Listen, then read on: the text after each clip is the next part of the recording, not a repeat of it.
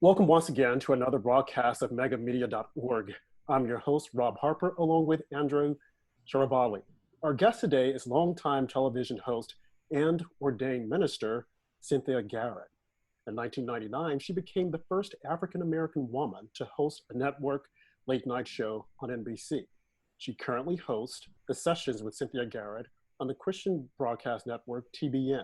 She's also author of the book, I Choose Victory, Moving from Victim to Victor. Cynthia can also be seen as a commentator on different news outlets, discussing and giving analysis on current cultural news events. Welcome, Cynthia. How are you? I'm good, Rob and Andrew. How are you? It's good to see you. Going great so far today. Good to see Okay, you. so let's just jump right into it. There's so much that's taking place right now in the news. One of the things I definitely want to get your take on is the current Supreme Court nominee. She happens to be an accomplished woman, a mother of 7, and a woman of faith, something that you could definitely talk about. So what is your take on why is there so much pushback on this particular nominee, Cynthia? Well, okay, so you guys, listen, I'm going to give you the what I call the 30,000 feet answer, which is sort of the answer that's up there in the sky, which is about the foundation of my faith. Okay. I think the pushback from my Christian faith perspective is all of what we're living through is spiritual warfare. You know, this is about good versus evil, and the enemy doesn't want to have a woman of God with a voice on our Supreme Court. Now, when I get down to like, okay, so what if you're not a Christian? What if you're not? What is the pushback? I honestly don't see what the pushback could actually be. Here you have this woman who is super accomplished. Right. And also manages to raise, what is it, 6 kids? 7. Their family. There, 7 kids, 2 of them adopted from Haiti. So, you know, I look at this picture of her and her husband and her children, and I think, you want to try to attack this candidate? Let's let it go. And I honestly, the sad thing is, the pushback that she got from Feinstein a while ago, we've all seen the clip at this point, you know, where she says the dogma, it lives big in you. I mean, I wish that she would have looked at Feinstein and said, and the dogma of atheism lives big in you. And if you get to exist in America, so do I. And there's more of me than you. So you get to just shut up. Like, I mean, I get so crazy watching this stuff because there's no reason for pushback against this woman, except that Donald Trump nominated her and she's very conservative. And to which I reply, what's wrong with that? The Supreme Court is supposed to be a balanced place. The people that claim that they've never been tolerated, that they've never been heard, are the same people who don't want to tolerate and hear everybody else. I want to have a Supreme Court that represents a good cross culture of this country. And Ruth Bader Ginsburg represented a different voice. I have no problems with the voice this woman will represent for all of us. So as a woman as a woman of faith, I'm sure that you've probably encountered some similar things. I was just looking at your book, and, you know, choosing to be a victor, you know, as opposed to a victim. What could you tell us? I mean, what could you, you know, tell our listeners, just coming from a personal perspective? Well, you know, I have to tell you, I've had a really fortunate experience in a lot of ways in terms of my faith in my career in Hollywood. I really did. Like, you know, I've always had Jewish friends, Black friends, white friends, Christian friends, non-Christian friends, you know, gay friends, straight friends, you name it. I've always had all kinds of friends, and they've always known where and what I believe authentically. And I've always walked my faith out, I think, you know, with real conviction, which I think is the first thing that is attractive to anybody, is that you really stand by your belief. The other thing is I've always walked my faith out with love for other people, which is the other thing. I think when you love people, you're not afraid to get involved with those people. When you get involved with lives, with lives, and love is spelled T-I-M-E, and it is messy, and it's broken, and it's inconvenient, and it calls at 2 o'clock in the morning, and it needs a ride home, or it needs help, or it made the same mistake that it always makes. When you love, though, really, and this is, I think, where Christians are falling short. When you love others, it doesn't matter that they don't believe what you believe. You're putting your faith in action by loving them. And from that place, people invite you into their lives. So when you input into them from your faith perspective, I believe that they listen. And so I think part of our problem is that we're not truly loving each other. We're not listening to each other. And so we're attacking each other. Now, that's something I believe that we on our side could do better as believers. But without that faith and that conviction, what I see from other people who don't seek to live their lives the way that I do is things like Feinstein's comment and things like what, the left wanting to crucify this woman who, I mean, as liberal as most of, the friends are that I've had in Hollywood, none of them adopted Black children. So why are we knocking this woman because she has? You know what I'm saying? Like, the left is really good today, the far left, about putting everybody else down, yet they don't actually get involved or care about real people's lives. Case in point, Black Lives Matter. Where are they? Every time another carload of Black children drives by and kills another Black child. I could take the entire interview running through list and name after name after name. And that's only in Chicago. And I have an adopted son from Chicago, from the poorest part of the South Side of Chicago. And so I have a personal bone, to pick about really understanding Chicago and what's going on there and what's going on across America. And you don't dismiss, you don't dismiss the police from reform and from treating Blacks properly. Of course not. But you don't spend 99% of your time and hundreds of millions of dollars defunding the police or talking about it, tearing up cities and neighborhoods, and then, I agree. It's hypocritical. Right. I mean, look at the situation with Breonna Taylor. She lost her life. It is most unfortunate, and my heart goes out to the family. But to see the politicians, commentators on TV, and social justice warriors come out and say that Daniel Cameron, to question his skin color, I'm like, are you serious? I mean, that is the lowest of the blows. But it's like, it's okay. Now, had he decided something different, they would have been out whooping it up and, oh, yeah. But because he came and applied the law the way he saw the law, he's saying skin, but he's no kin. I'm like, are you serious? And on TV. And then people wonder why there isn't unity within the Black community. When you see all this taking place over and over again, it's unbelievable. Yeah, no, it is, Rob. It broke my heart when she said that. Yes. We may be skin folk, but we're not kinfolk. Because first of all, he's been a Black man his whole life. Right. I've been a Black woman my whole life. You've been a Black man your whole life, right? Yep. Andrew has had his experience his whole life. Yes. You can't, but we're all different. Right. We're all different. We have different names. We live in different places. We grew up in different families. I saw the hurt in David Cameron when he had to stand there. And what I saw was, this is a man who knew, let's be real. He knew, I am getting ready to stand up with my Black face in front of all of these people after this investigation. And I have to deliver news that my people are not going to like, mostly. I have to deliver this news at a time when the nation is in peril and when literally people might flip a lid and start burning stuff down. Right.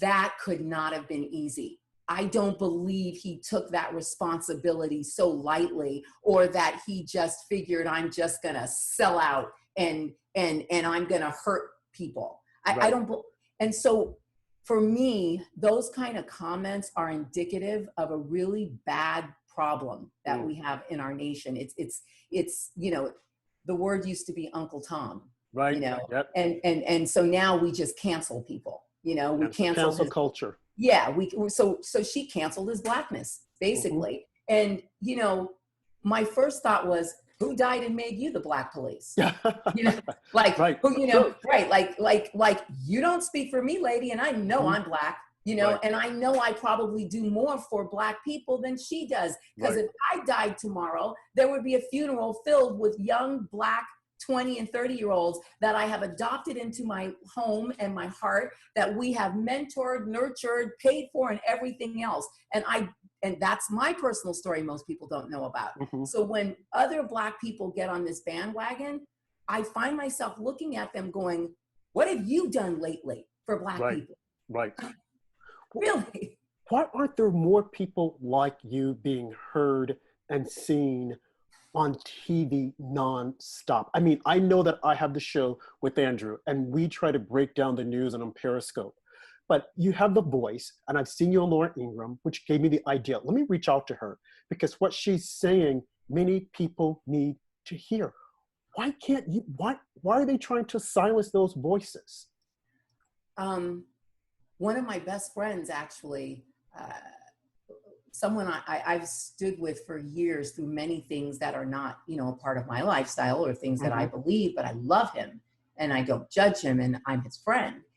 He actually flipped a gasket on me and basically said, you need to be silent because you're too powerful. Your voice is too powerful. You're too persuasive. You'll lead people the wrong way. And I said to him, I said, when did my way become the wrong way?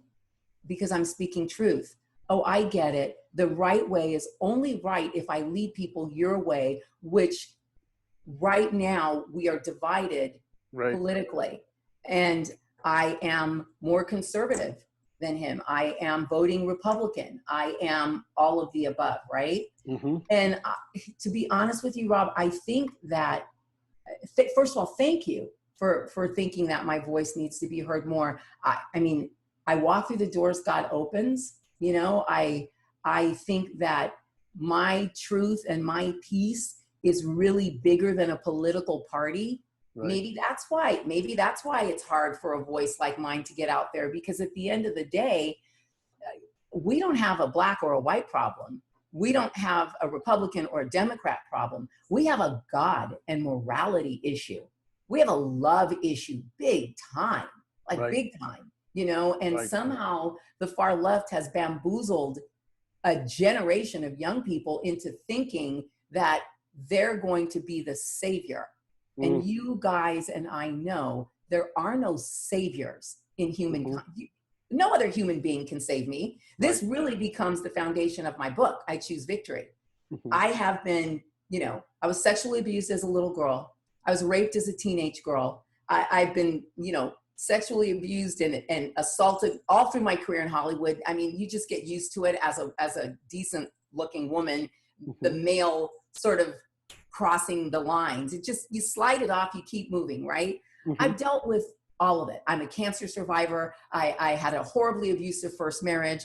I was a single mom for a while. I literally could be the poster child for every movement that exists today. And I mean a better one than most of the people in those movements.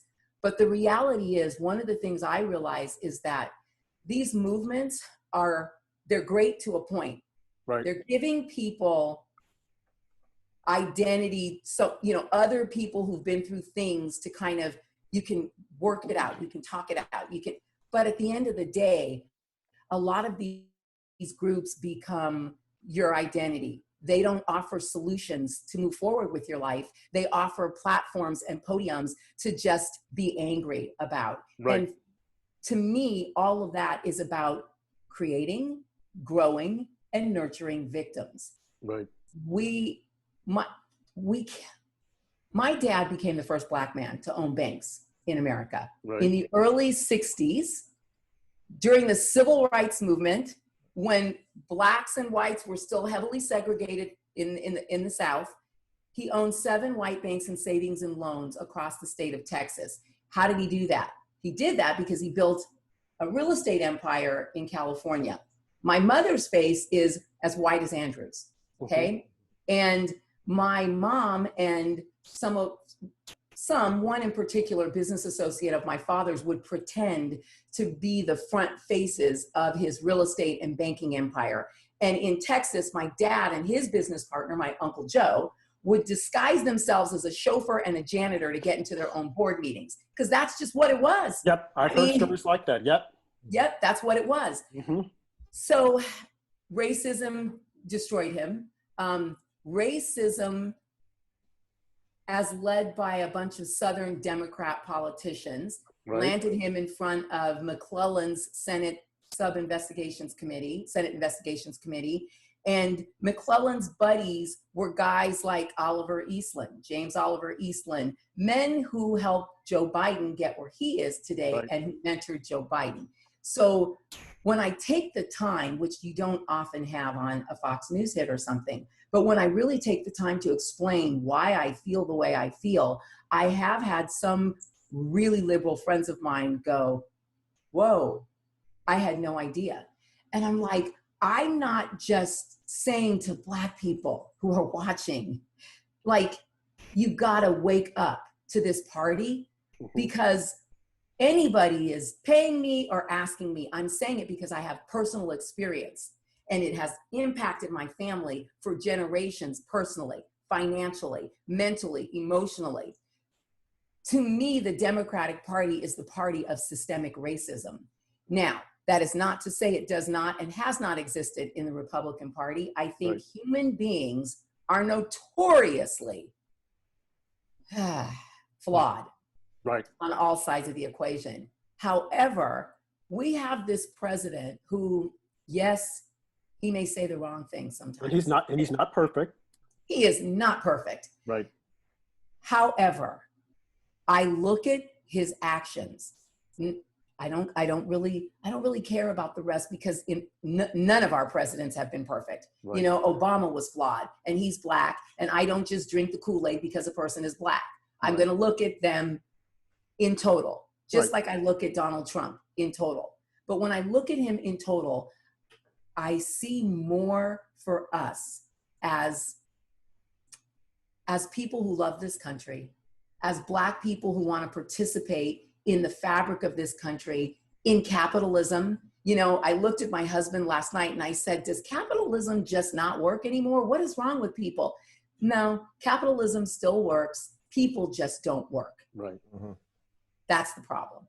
And so I just was raised by that same father who, even though racism destroyed his life, he looked at me on his deathbed and he said, baby girl, never be a victim. He said, that is the problem with Black people today. They want 40 acres and a mule and restitution. And he said, and I never let anybody tell me that my life was worth 40 acres and a mule and restitution. And this is from a man who had very little formal education. So if my dad and people like him could do it, I know that today we can do it, and we should be doing it differently.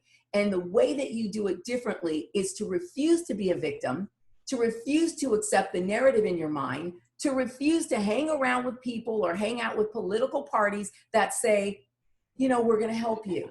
You know, you're a victim. You know, that other side, they're hurting you. They're going to take from you. We want to give you. We want to take care of you. I don't want anybody taking care of me. Exactly. Because you're waiting for them. You're waiting for them to give, and they probably will never give what you're looking for. The 40 acres and a mule. I want reparations. Yeah. You're waiting and you're waiting. It's like, about control. It's about control. When someone says, I want to give to you, I want to make your dreams come true, I'm terrified. That's about control. That is about ownership. I belong to no one except Jesus Christ. And that's how I was raised. Powerful. I like it. Andrew, do you have any questions for Cynthia? Yeah, I was just going to ask Cynthia, as someone that's been in the media for a long time, what do you think of President Trump constantly tweeting out his own message? We always see people critical because sometimes he's a little brash and arrogant maybe on Twitter, but others, like myself, we love it because we feel it's the only way that we can hear what's on his mind because the media is not going to report it. What do you think of President Trump and his Twitter account? I've loved it from the very first tweet. You know why? I love a disruptor. This country needed a disruptor. The status quo and going along with, Democrats in control, this is how it's going to go, and not really consulting the majority of Americans who, let's face it, the majority of Americans claim to be conservative Christians, like conservative Christian values. Right. Well, if that's the case, then why were we getting sold down the toilet and not even asked or considered? We're not here to hurt anybody. We just want to be heard too. And so look, the second he opened his mouth and the very first comment, which got everybody all riled up, I remember looking at my husband and I said, oh, he's going to win for president. And the question was, wow, why do you think that? Everybody hates him. And it was, well, we're living in Kansas. And at the time we were living in Kansas. We had been in Kansas 5 years. My son played basketball for Bill Self at the University of Kansas, Rock Chalk Jayhawk. Yeah. Okay. So we're in Kansas. Former University of Illinois coach. Oh, hey. So most people outside of the Big 12, right, won't even get how, that's big time rivalry stuff. Well, okay. So Andrew, you're going to get this. For the first time in my life growing up on the coast in Hollywood, I always called everything in the middle was the flyover states. We only needed the flyover states to get ratings on our shows in Hollywood. I had no connection to the flyover states. I didn't know what they were. I was part of the liberal elite on the West Coast and New York. And then, my faith is growing. I moved to Kansas and I meet Americans in Iowa and in, Oklahoma and Texas. And I fall in love with them because the majority of them are great people. Doesn't matter what they believe. We have a good country of hardworking Americans. I saw young white kids who could not pay for school for the first time in my life. I saw blacks in that situation, but I realized that there was a whole bunch of people that were disenfranchised from the people in control on the coast. And that's when I thought he's going to win because he's waking up the base of America. I'm for America. This whole globalism thing, it's real big with the Democrats. We've got, the Republicans who haven't liked Donald Trump are globalists. Right. Let's be real. Okay. So globalism to me and this whole new world order is about selling America out and ushering in, the 1/10 of the 1/10 of the 10% who really just want to control everything anyway. It's about a lack of restrictions, the ability to do what you want. And I think that's why, all of the sex trafficking, all of these things are being exposed right now because Trump is ushering in this sort of move of, no, I'm stopping the status quo. Enough already. He's not really a Republican or a Democrat. He's an American for us. Exactly. And that's why I actually like him, because I want someone to tweet, hey, this is wrong. Yep. And you know something, the first thing I said when I saw the beautiful, peaceful protests, look, I have a law degree from USC Law School. I'm a constitutionalist. I love the Constitution. I love the law. However, and I support our right to peacefully protest. It's a beautiful thing about this country. I have a dream, Martin Luther King, beautiful legacy of protest. But when it turned into young kids burning down buildings and all of that, it's funny. I looked at my husband and I said, if I were the president, I would send in an army of police and arrest these thugs right now.